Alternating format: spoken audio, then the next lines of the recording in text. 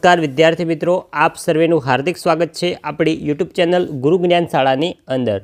વિદ્યાર્થી મિત્રો, આજના આ વિડીયોની અંદર આજે આપણે ગુજરાત માધ્યમિક અને ઉચ્ચતર માધ્યમિક શિક્ષણ બોર્ડ ગાંધીનગર દ્વારા જે આપણું શૈક્ષણિક વર્ષ 2024-25 હતું એની અંદર ધોરણ 9 અને 11માં સરકારે પ્રશ્નપત્રના માળખાની અંદર ચેન્જીસ કરેલા છે। તો એની અંદર આજે આપણે ધોરણ 11 સામાન્ય પ્રવાહની અંદર રાજ્યશાસ્ત્ર એટલે કે પોલિટિક્સ સાયન્સમાં વાર્ષિક પરીક્ષાની જે બ્લુપ્રિન્ટ છે એની સમજ મેળવવાના છીએ। તો વિડીયોને તમારે છેલ્લે સુધી સ્કીપ કર્યા વગર પૂરેપૂરો જોવાનો છે અને ધોરણ 11ના બીજા વિષયના પણ વિડીયો આપણે બનાવેલા છે, જે તમામ વિષયના બ્લુપ્રિન્ટના વિડીયો આ વિડીયોના ડિસ્ક્રિપ્શન બોક્સમાં તમને જોવા મળી જશે। તો જોઈએ આપણે સૌપ્રથમ છે વિભાગ એ, જે આપણો 16 માર્ક્સનો રહેવાનો છે। એમાં 1 થી 16 તમને વિકલ્પો પૂછાશે, પ્રત્યેકનો 1 ગુણ અને વિભાગ એનો આપણા થશે 16 ગુણ।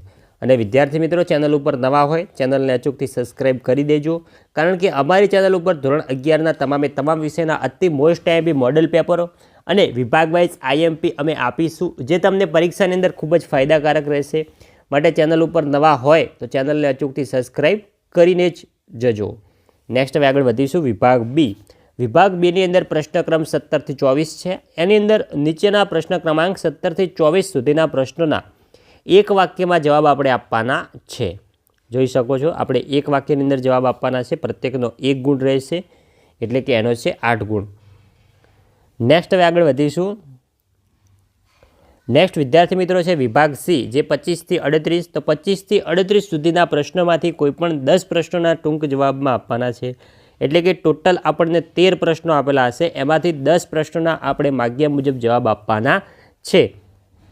જોઈ શકો છો, પ્રત્યેકના 2 ગુણ, એટલે વિભાગ સી આપણો થશે 20 માર્ક્સનો। અને વિદ્યાર્થી મિત્રો, ધોરણ 11ના અમારા વોટ્સઅપ ગ્રુપની અંદર જોડાવાનો ભૂલતા નહીં। જે વોટ્સઅપ ગ્રુપની લિંક આ વિડીયોના ડિસ્ક્રિપ્શન બોક્સમાં આપેલ છે, ત્યાં તમને ધોરણ 11ના આવનારા દરેકે તમામ માહિતીઓ વિડીયો તમને સૌપ્રથમ જોવા મળી જશે। જો વિભાગ ડી, પ્રશ્નક્રમ 39 થી 48। તો પ્રશ્નક્રમ 39 થી 48 સુધીના પ્રશ્નોમાં કોઈપણ 7 પ્રશ્નોના મુદ્દાસર જવાબ લખવાના છે। પ્રત્યેક પ્રશ્નનો 3 ગુણ છે, એટલે કે ટોટલ 9 પ્રશ્નો આપેલા હશે, એમાંથી આપણને આવડતા 7 પ્રશ્નોના જવાબ આપણે આપવાના છે, પ્રત્યેકનો 3 ગુણ છે, એટલે વિભાગ ડી આપણો થયો ટોટલ 21 માર્ક્સનો। નેક્સ્ટ હવે આગળ વધીશું।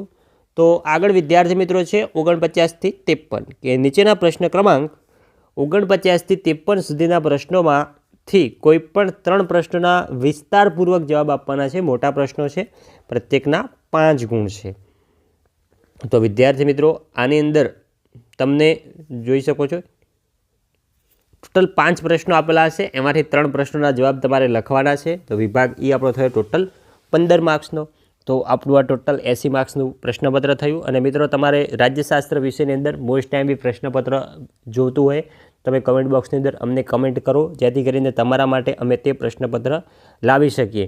અને બીજા વિષયની પણ બ્લુપ્રિન્ટો આપણે આપણી ચેનલ ઉપર મૂકેલ છે, જે તમામ વિડીયોની લિંક આ વિડીયોના ડિસ્ક્રિપ્શન બોક્સમાં તમને આપેલ છે। અને વિદ્યાર્થી મિત્રો, આ મિત્રો બોર્ડ દ્વારા જે મોડેલ પેપર આપવામાં આવ્યું છે આ પણ અતિ મોસ્ટ આઈએમપી છે। આનું પણ સોલ્યુશન અમે અમારી ચેનલ ઉપર કરાવીશું। તો આ સોલ્યુશન મેળવવા માટે ચેનલ સાથે જોડાયેલા રહેજો અને ચેનલને સબસ્ક્રાઈબ કરી દેજો। તો મળીશું ધોરણ 11ના બીજા ઉપયોગી વિડીયો સાથે। ત્યાં સુધી આવજો। જય હિન્દ, જય ભારત।